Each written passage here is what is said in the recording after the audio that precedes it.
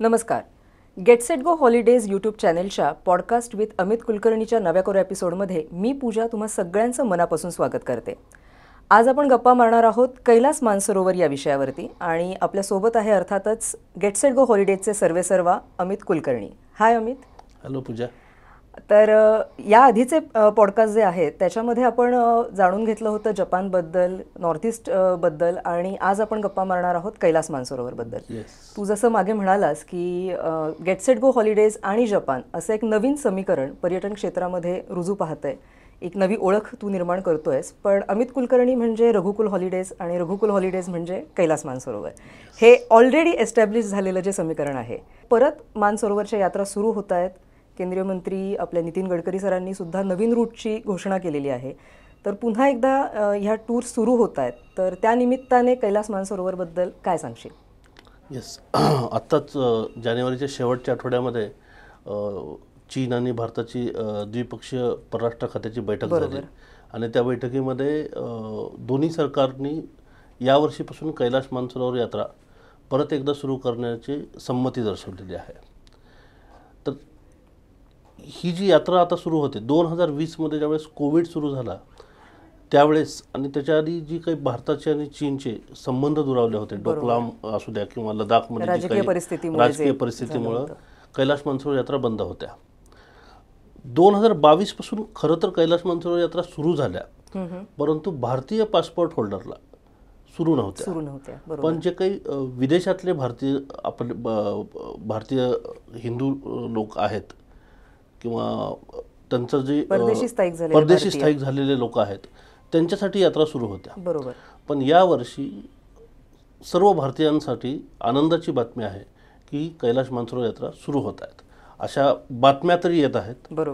आत्ता सध्या राजकीय चर्चा झालेल्या आहेत किंवा खूप उच्चस्तरीय याच्यावर सगळ्या गोष्टी झालेल्या आहेत. पण ह्या सगळ्या चर्चानंतर ल्हासा जे तिबेटची राजधानी आहे तिथे CIPSC म्हणून एक सेंटर आहे, China India pilgrimage service centre. ते ह्या कैलास मानसरोवरच्या यात्रेचे ऑपरेशन्स पाहतात. तर ही अजूनपर्यंत त्यांच्यापर्यंत न्यूज आलेली म्हणजे ऑफिशियल त्यांच्याकडे काही आदेश आलेले नाही आहेत. ते आदेश आल्यानंतर बाकीच्या प्रोसेस सुरू होतील आणि मग खऱ्या अर्थाने कैलास मानसरोवर यात्रा सुरू होतील. अच्छा, पण ही जी चर्चा आहे की नितीन गडकरी सरांनी मला वाटतं 850 किलोमीटरचा जो नवा मार्ग कैलास मानसरोवरला थेट जाता येईल, तुम्हाला चीन किंवा तिबेट मार्गे जाण्याची गरज नाही, असं जे एक मध्यंतरी बातमी आली, तर त्या रूटबद्दल तू काय सांगशील? खरं पाहिलं तर एक पौराणिक रस्ता म्हणून हा जो भारतातला रस्ता होता कुमाऊं निगम मार्गे, कुमाऊं एरिया उत्तराखंडातला, त्या भागातून ही यात्रा आधीसुद्धा पायी जायची. 264 किलोमीटरचा ट्रेक होता आणि बाकी बसचा प्रवास होता.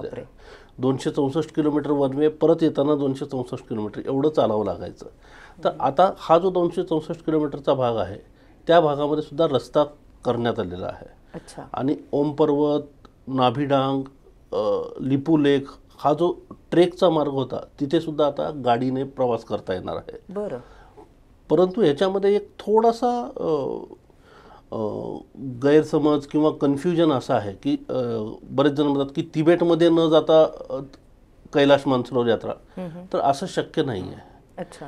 कैलास पर्वत आणि मानस सरोवर हे दोन्हीही काहीही झालं तरी, आपल्या कितीही भावना असल्या तरी राजकीय दृष्ट्या किंवा मॅपवर बघितलं तर ते भौगोलिक दृष्ट्या ते त्यांच्या अखत्यारीमध्येच आहेत आणि तिथे जाण्यासाठी त्यांचा विजा झाल्याशिवाय तुम्ही जाऊ शकत नाही. अच्छा, म्हणजे हा रस्ता जरी झाला तरी बाकी विजा प्रोसिजर आणि हे सगळं तुम्हाला करावंच लागणार. त्यामुळं आता यावर्षी भारतातनं एक रस्ता, नेपाळमधून सुद्धा 3 वेगवेगळे मार्ग आहेत कैलास मानसरोवरला जाण्यासाठी.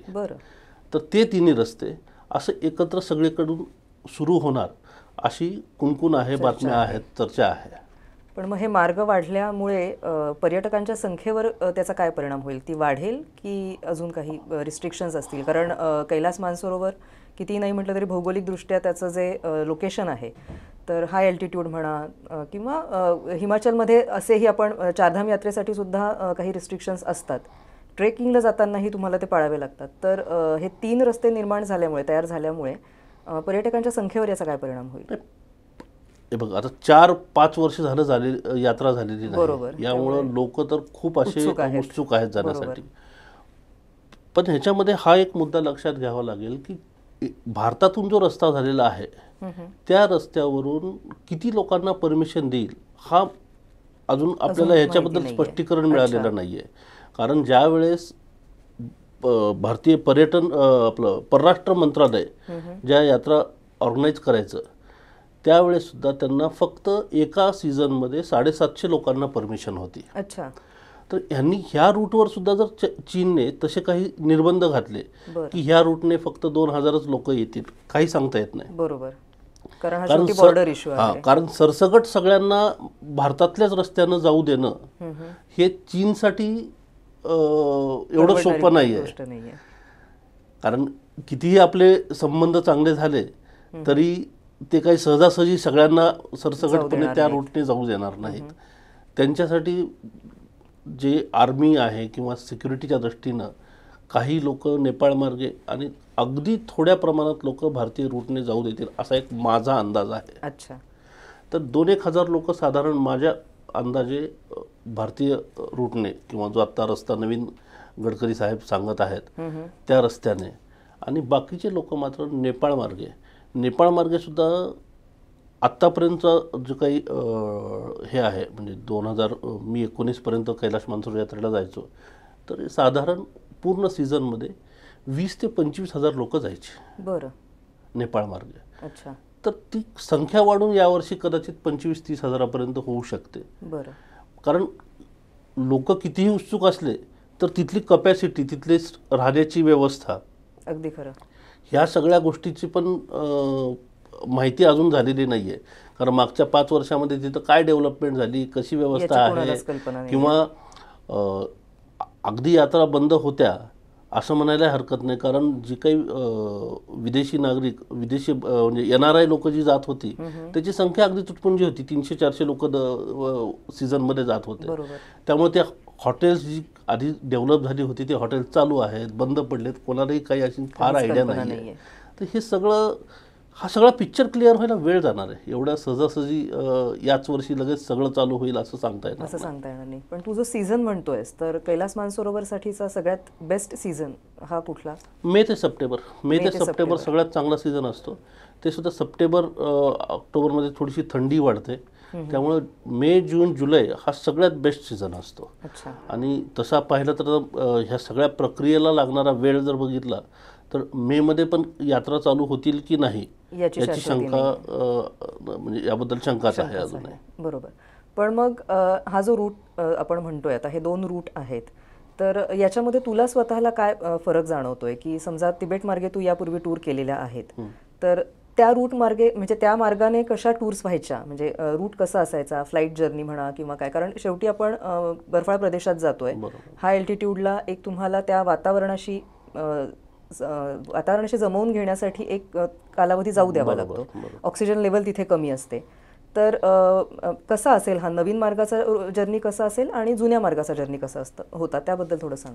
आत्तापर्यंत मग नेपाळमधून 3 प्रकारे जाऊ शकतो. नेपाळमधून काठमांडूवरून एक पहिला रूट आहे जो पारंपरिक रूट, काठमांडू केरुंग म्हणून एक बॉर्डर आहे, त्या बॉर्डरमधून तिबेटमध्ये एंट्री करतो. अच्छा. पण तिथपर्यंतचा प्रवास, तिथपर्यंत बसने प्रवास असतो. आणि फ्लाईट जर्नी, आता मी हा जो रूट सांगतो तो सगळा बसचा प्रवास. काठमांडूपासून काठमांडूपर्यंत बसने प्रवास. पण काठमांडूपर्यंत आपण बाय एअर जातो. मुंबई काठमांडू, पुणे काठमांडू पण विमानाने जातो. काठमांडूपासून बसचा प्रवास असतो. केरुंग बॉर्डर म्हणतात.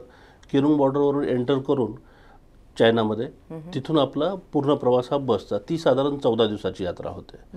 दुसरा एक रूट आहे ज्याला हेलिकॉप्टर रूट म्हणतात. अच्छा. हेलिकॉप्टरच्या रूटमध्ये फक्त अगदी 8 मिनिटाचं हेलिकॉप्टर असतं. पण त्याला काठमांडूपासून नेपालगंजला तिथल्या फिक्स विंग फ्लाईट आहेत. त्यानंतर नेपालगंज टू सिमिकोट तिथं पण फ्लाईट आहे. ज्या नेपाळमध्ये छोट्या फ्लाईट असतात ना 40 सीटर वगैरे, त्या फ्लाईटने तुम्ही सिमिकोटला जाता. आणि सिमिकोट टू हिल्सा हा एक भाग आहे जो 8 मिनिटाचं हेलिकॉप्टर आहे. हिल्सा हे सुद्धा नेपाळमध्येच येतं. आणि तिथून तुम्हाला बॉर्डर क्रॉस करायची आहे, तिबेटमध्ये एंटर करायचं आहे आणि तिथून तुम्हाला बसनं किंवा लँड क्रुझर जीपने तुम्हाला मानसरोवरपर्यंत जाता येतो. ही यात्रासुद्धा जरी हेलिकॉप्टरने करत असेल तरीसुद्धा त्याला 10 दिवस लागतात. अच्छा. हा दुसरा रूट झाला नेपाळमधला. तिसरा रूट असा आहे, काठमांडूवरून ल्हासाला तुम्हाला फ्लाईटने जाता येतं. ल्हासा हे तिबेटचं कॅपिटल आहे. ल्हासाला फ्लाईटने जाता येतं. त्यांची एअर चायनाच्या फ्लाईट्स आहेत त्या, काठमांडू टू ल्हासा. जगामधून फक्त काठमांडूमधूनच तिबेटमध्ये एंटर करता येतं फ्लाईटने ल्हासाला. तर ती एक फ्लाईट आत्ता अजूनही सुरू झालेली नाही आहे ती फ्लाईट. तर ती एक त्या फ्लाईटने तुम्ही ल्हासाला जायचं आणि ल्हासावरून परत बाय रोड ती साधारण 17 ते 18 दिवसाची टूर आहे. बरं. हे 3 नेपाळ मार्गे रूट होते. आणि जो भारतातला रूट होता तो पारंपरिक रूट आहे, कुमाओ भागातून जातो, तो पायी चालत होता. तोच आता बाय रोड तुम्हाला बस किंवा वाहन घेऊन जाऊ शकता. अच्छा.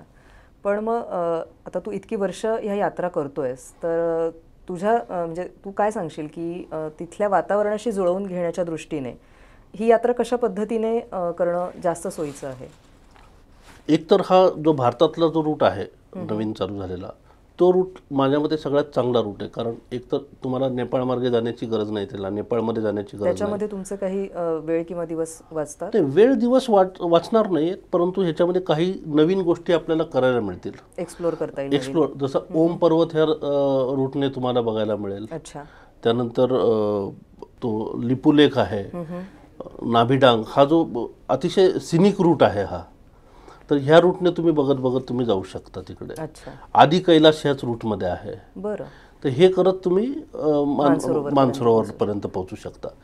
आणि नेपाळमधला मी तरी नेपाळमध्ये बसने प्रवास करण्यावर बसचा जो रूट आहे तो रूट मी प्रेफर करायचो आधीपासून. कारण हेलिकॉप्टरचा जो रूट आहे तो शेवटी सगळं क्लायमॅटिक कंडिशनवर डिपेंड आहे. म्हणजे नेपाळगंजपर्यंत फ्लाईटनं जाणं अवघड नाही आहे, पण नेपाळगंज टू सिमिकोट क्लायमॅटिक कंडिशनवर फ्लाईट उडते. सिमिकोटवरून हिल्साला जाण्यासाठी जे हेलिकॉप्टर आहेत ते 100% फ्लाईटवर क्लायमॅटिक कंडिशनवर. बरं, ते हेलिकॉप्टरमध्ये एका हेलिकॉप्टरमध्ये फक्त 6 लोक असतात. बरोबर.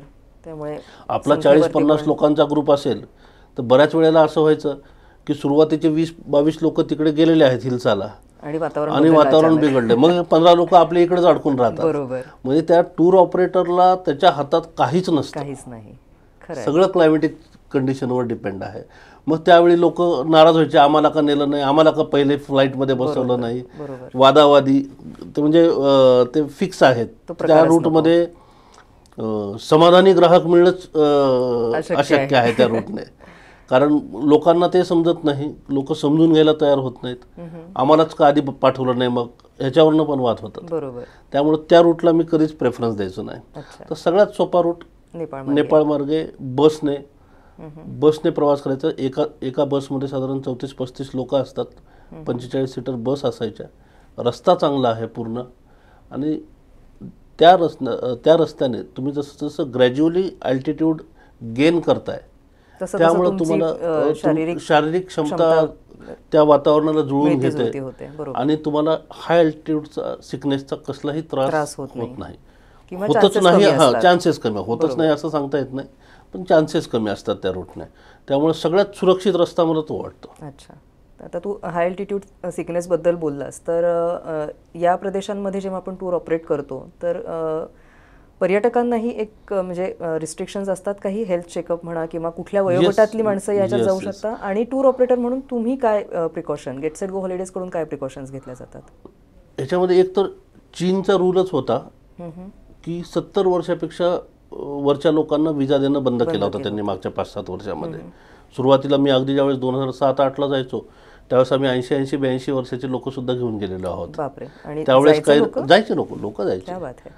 त्यावेळेस कसले रिस्ट्रिक्शन नव्हते, पण हळूहळू 2015ला जो 14ला भूकंप झाला त्या भूकंपानंतर मात्र त्यांनी त्या गोष्टी चेंज केल्या.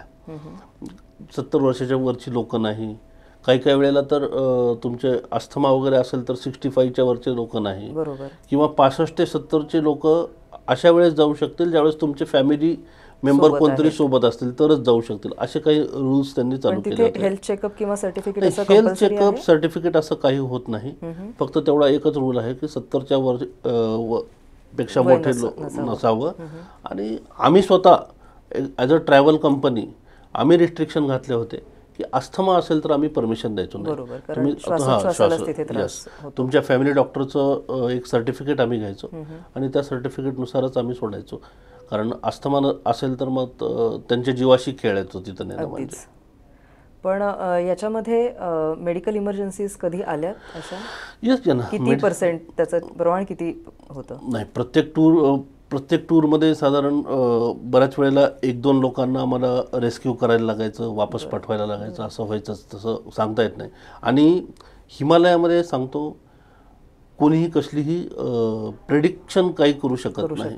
कधी कधी आम्ही आठवते मला 35-34 वर्षाच्या माणसाला सुद्धा आम्ही वापस केलेलं आहे प्रकृती बिघडली म्हणून. आणि 70-72 वर्षाचे लोक सुद्धा व्यवस्थित जाऊन आलेले आहेत. त्यामुळं ह्या गोष्टी कोणाची बॉडी कशी रिॲक्ट करेल काहीच सांगता येत नाही. पण मग त्यासाठी तुम्ही आधी इथे काही म्हणजे समजा एखाद्या टूर जेव्हा आपण ऑपरेट करतोय आणि ग्रुप तयार झालाय की ही 35 जण आपण आता घेऊन जाणार आहोत, तर त्यांच्यासाठी काही प्रेझेंटेशन्स तुम्ही आधी काळजी काय घ्यावी काय नाही यासाठी आम्ही प्रेझेंटेशनही घ्यायचो.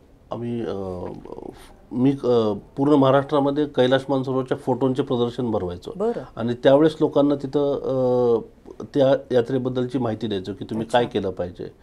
तुम्ही यात्रेला निघण्याच्या आधी 2-3 महिने चालण्याची प्रॅक्टिस कशी केली पाहिजे.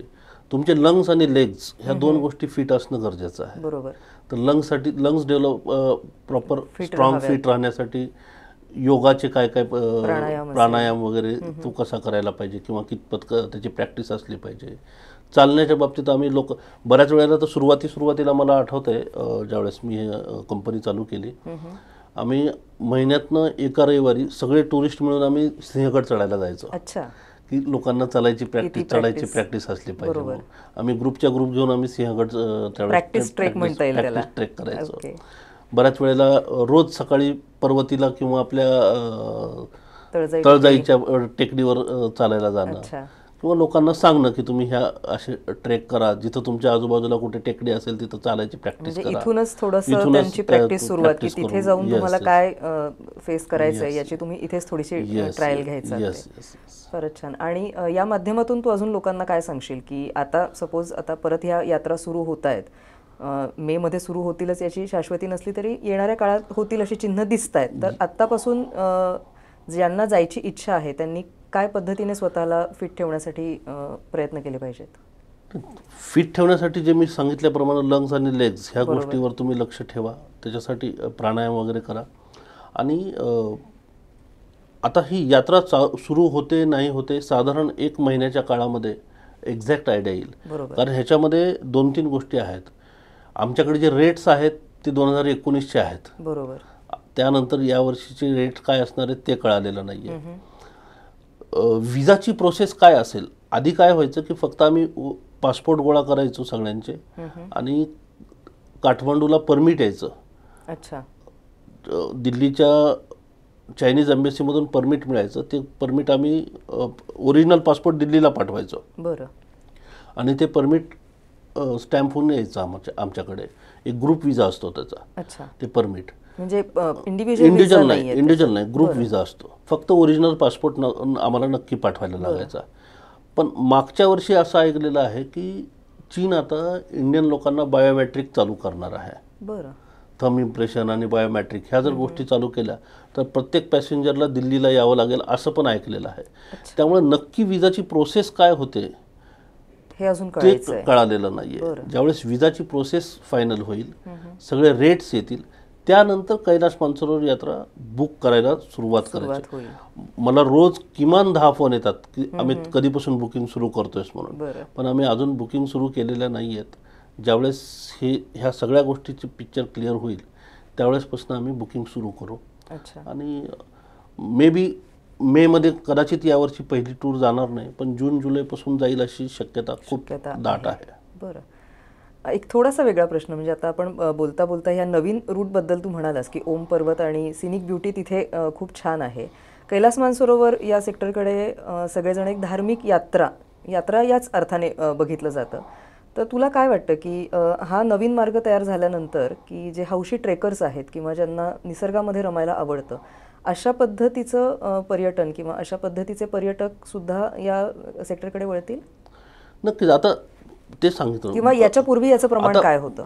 ज्यावेळेस हा भारतातला रूट चालू होईल त्या रूटला काय काय रिस्ट्रिक्शन आहेत ते माहिती नाही आहे. बरं, ते गव्हर्नमेंट ऑफ इंडिया म्हणजे परराष्ट्र मंत्रालय ते टूर ऑर्गनाईज करणार आहे का प्रायव्हेट आमच्यासारखे जे ट्रॅव्हल एजंट आहेत त्यांना काही तिथं चान्स आहे ह्याच्याबद्दल पण काही क्लिअरिटी नाही आहे. किंवा तिथले लोकल लोकसुद्धा अजून ह्या गोष्टीची कोणाला माहिती नाही आहे की हे कोण भारतातून टूर घेऊन जाणार आहे. बरोबर. कारण आत्तापर्यंत ज्या भारतातून डायरेक्ट टूर जायच्या ज्या ट्रेक होत्या ते सगळ्या टूर परराष्ट्र मंत्र्याच्या अखत्यारीत होतं. आणि ते तिथं लकी ड्रॉने लोक निवडायचे आणि ते लोक पाठवायचे. त्याचं त्या गुंजीच्या तिथं मेडिकल चेकअप व्हायचं. तिथं गुंजीच्या तिथं मेडिकल चेकअप झाल्यानंतर काही लोक जर अनफिट झाले तर तिथून सुद्धा परत पाठवायचे. तर ह्या सगळ्या गोष्टीची आयडियाच नाही आहे अजून काय आहे ते. त्यामुळे आत्ता काही त्याच्याबद्दलचं भाष्य करणंच चुकीचं आहे.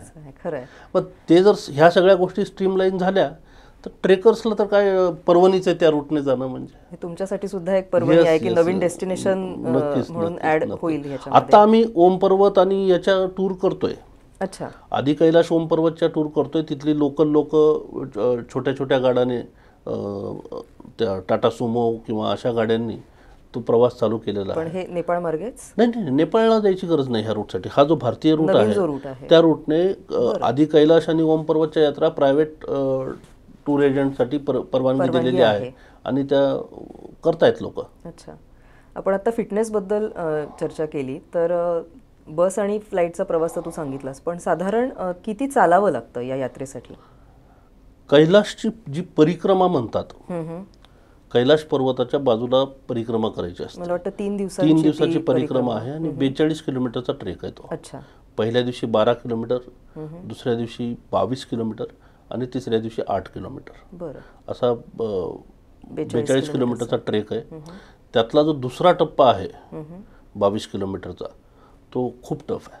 म्हणजे आपल्याला म्हणताना इथे 22 किलोमीटर असं वाटतंय की त्या तिथे चालणं म्हणजे त्या उंचीवरती आणि त्या वातावरणात चालणं ते नक्कीच दमवणार असतं. बरं.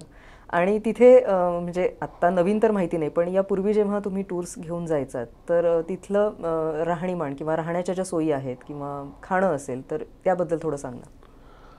याच्यामध्ये आता केरुंग, नॅलम, सागा, पर्यांग सगळीकडे बऱ्यापैकी आता सुरुवातीला मी ज्यावेळेस 2007ला पहिल्यांदा गेलो त्यावेळेस काही व्यवस्था नव्हती, परंतु हळूहळू त्यांनी खूप छान डेव्हलप केलेले होते हॉटेल्स वगैरे. आधी टॉयलेट्स वगैरे पण नसायच्या, बाहेर ओपन स्पेसला जायला लागायचं. त्या काळात यात्रा म्हणजे लोक त्याच मानसिकतेने जायचे. ती यात्रा होती. आता यात्रा नंतरच्या काळामध्ये 2017, 18, 19ला खूप डेव्हलपमेंट केली त्यांनी. खूप चांगले रस्ते निर्माण झाले तिथं, हॉटेल्स चांगली झाली, अटॅच टॉयलेट बाथरूमवाले, गिझरवाले, गरम पाणी मिळायचं आंघोळीला. नाहीतर आम्ही 14 दिवस आंघोळच करायचं नाही आधी सुरुवातीला. एवढ्या थंड पाण्यात शक्य नव्हतं. पण आता ते सगळ्या गोष्टी सुरुवात झाल्या होत्या. चांगली व्यवस्था. एका रूममध्ये 3 लोक, 4 लोक, काही काही ठिकाणी 6 लोक राहायची. पण ती हॉटेल्स चांगली केली होती त्यांनी. त्यामुळे आता परिक्रमेचे 2 मुक्काम सोडलं तर बाकी सगळीकडे व्यवस्थित सोय झालेली आहे. परिक्रमेच्या मार्गावरती परिक्रमेच्या मार्गावरती जो पहिला आहे दारचैन टू देरापूक, त्या देरापूकला काही गेस्ट हाऊस आहेत, पण ते गेस्ट हाऊस तुम्ही किती लवकर जाताय, कसे मिळतील त्यावरच ते, कारण खूप लिमिटेड हे असायचं अवेलेबिलिटी. तर लवकर गेलात तर तुम्हाला मिळायचं किंवा मग तुम्हाला तिथं टेंट लावून मुक्काम करायचं. त्याच्यानंतर दुसरा देरापूक टू झुतुलपूक असा 22 किलोमीटरचा टप्पा आहे. त्या झुतुलपूकला तर अगदीच राहण्याची व्यवस्था खूप कमी होती, तिथं मॅक्झिमम वेळेला टेंटमध्येच राहायला लागायचं. आणि तिसरा टप्पा हा झुतुलपूक टू दारचैन आहे. दारचैनला हॉटेल भरपूर होते.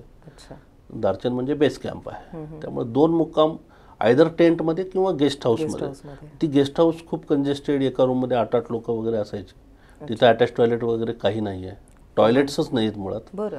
ओपन स्पेसलाच जावं लागतं. लेडीजसाठी आम्ही टॉयलेट टेंट वगैरे उभा राहायचो. बरं. जेंट्सला ओपन स्पेसलाच जायला लागायचं. खऱ्या अर्थाने ट्रेक. हां, येस, 100%. पण आता तू म्हणालास की 14 दिवस तेव्हा आम्ही आंघोळी करायचो नाही, पण मानसरोवरला ते एक मेन अट्रॅक्शन असतं की त्या पाण्यामध्ये डुबकी मारणं. तर 2017 पर्यंत माझ्या मते मानसरोवरमध्ये आंघोळ करायला कसलेही रिस्ट्रिक्शन नव्हते. पण तेवढ्या थंड पाण्यामध्ये लोक जायची. तिथं गेल्यानंतर त्या थंड पाण्याची कोणालाही तमाम असायची. तो एक ध्यास लागलेला असायचा ना, ती जे प्रवास असायचा, एकतर तुम्ही बुकिंग केल्यापासून तिथपर्यंत पोहोचण्याचं जी काही उत्सुकता असायची, आणि तिथं गेल्यानंतर ते निळाशार पाणी दिसायचं, आणि त्या वातावरणामध्ये जी काही अनुभूती होती. बरं. मग पाणी थंड वगैरे नाही लागलं, एखादी डुबकी तर 100% मारायचे सगळे. आणि एकदा दुपारी उन्हाच्या वेळेला शक्यतो आम्ही घेऊन जायचो ग्रुपला, सगळ्यांना एकत्र पाणी. त्यामुळे थोडंसं पाणी वॉर्म असायचं, पण त्या थंड पाण्याची कोणीही तमा बाळगायचं नाही, कारण तो ध्यास असतो. तिथं पोहोचणं म्हणजे तो ध्यास होता. पण 2017 नंतर चीन सरकारने रिस्ट्रिक्शन टाकलेले आहेत. तिथं तारेचं कुंपण लावलेलं आहे आणि पाण्यामध्ये जाऊ देत नाही त्याचा मानसरोवरमध्ये आंघोळ करायला. तिथं बाहेर तुम्हाला, मग आम्ही आमचा एखादा शेर्पा लावायचो आणि बकेटानं पाणी आणून द्यायचो आणि लोकांना आंघोळी बाहेर करायला लावायचो. ओके. खाण्यापिण्याबद्दल काय सांगशील? खाण्यापिण्याबद्दल काय, आपल्याला इंडियन फूड द्यायचं तर दुसरा काहीच पर्याय नव्हता. आम्ही किचनची टीम असायची आमचे, म्हणजे अगदी मिठापासून तिखटापासून सगळ्या गोष्टी आम्ही नेपाळमधून, काठमांडूमधून कॅरी करायचो. आमची साधारण 4 पॅसेंजर सोबत एक शेर्पा किंवा 6 पॅसेंजर सोबत एक शेर्पा अशी टीम आमची एक असायची. ते शेर्पा लोक सगळी स्वयंपाक करायचे. चहा पाण्यापासून सगळं आम्हाला, म्हणजे पहिला गरम पाणी करून देण्यापासून सगळं ती शेर्पाची टीम बघते. अच्छा, म्हणजे आपलं किचन आपल्याला कॅरी करावं लागतं. तिथं दुसरा पर्याय नाही. आपलं किचन परिक्रमेच्या मार्गातही तिथं सुद्धा आपलं किचनच आपण.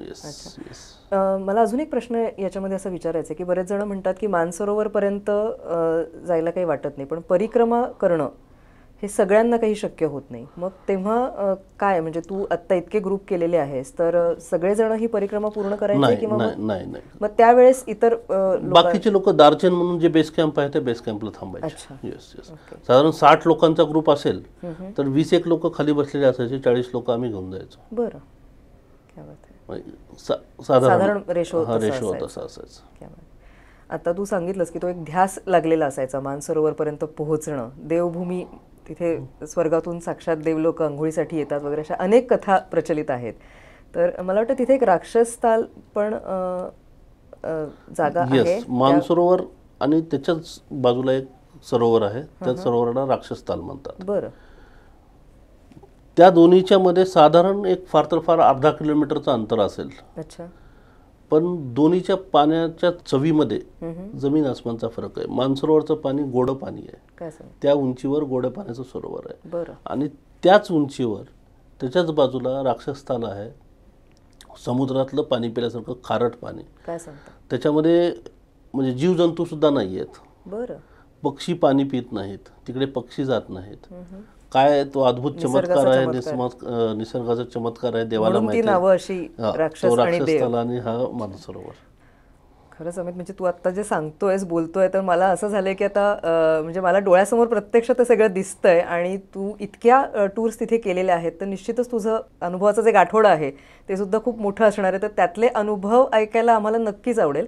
पण मला वाटतं वेळाभावी आपल्याला हा एपिसोड आज आपण इथे थांबूयात आणि पुढच्या एपिसोडमध्ये अमितकडून जाणून घेऊयात त्याला जे तिथे अनुभव आलेले आहेत, दैवी अनुभव असतील, काही चांगले वाईट जे काही असेल नसेल ते, तर त्या सगळ्या अनुभवांबद्दल आपण पुढच्या एपिसोडमध्ये गप्पा मारणार आहोत अमितसोबत. तोपर्यंत बाय बाय.